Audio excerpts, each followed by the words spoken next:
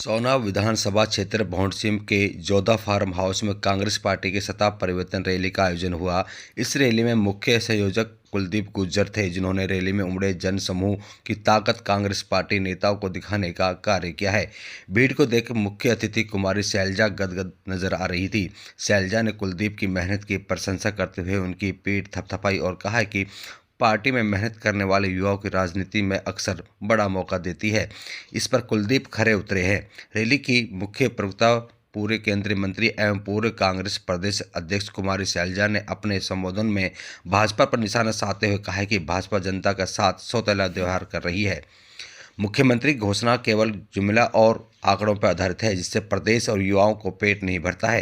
उन्होंने कहा है कि हमारे नेता राहुल गांधी देश और प्रदेश के युवाओं के रोजगार तथा नौकरी की बात करते हैं, जो कि भाजपा को अच्छी नहीं लगती है। उन्होंने कहा है कि देश में सबसे बड़ी पीड़ा देश की महिलाएं एवं युवाओं को है। हालांकि ये पेश हुए हरियाणा का बजट केवल आंकड़ों पर निर्धारित है।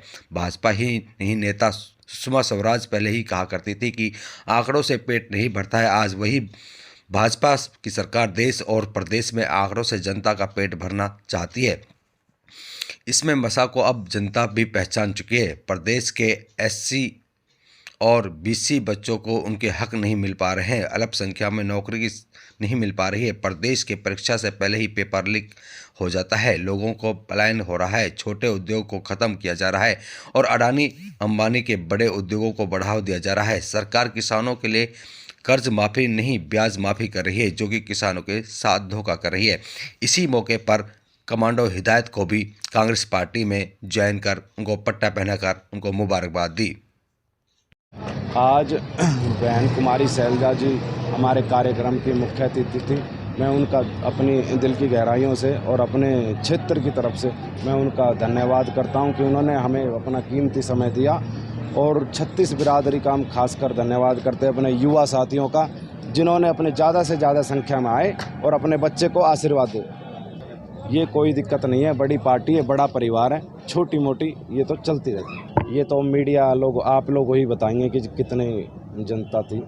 हमारे लिए तो बहुत, जो आगे हमारे लिए तो भगवान का रूप है।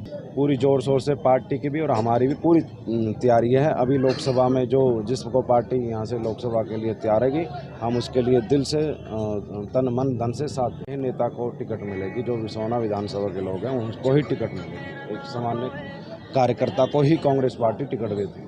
बहुत बढ़िया यहाँ पर जलसा किया गया है।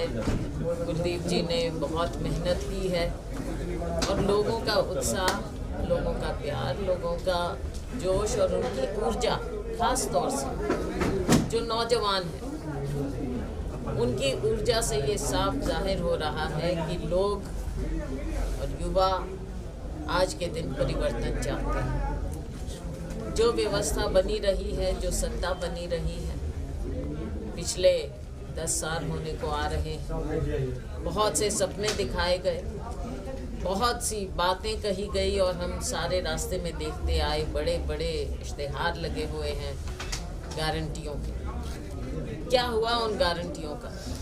खोखली गारंटियां रह गई, केवल इश्तिहारों पर गारंटियां नज़र आ रही, नीचे ज़मीन पर कुछ नज़र नहीं आ रहा। हमारा युवा दिशाहीन होता जा रहा है। लोग नाउम्मीद होते जा रहे हैं, निराश होते जा रहे हैं। लोगों को नाकाम काज मिल रहा है।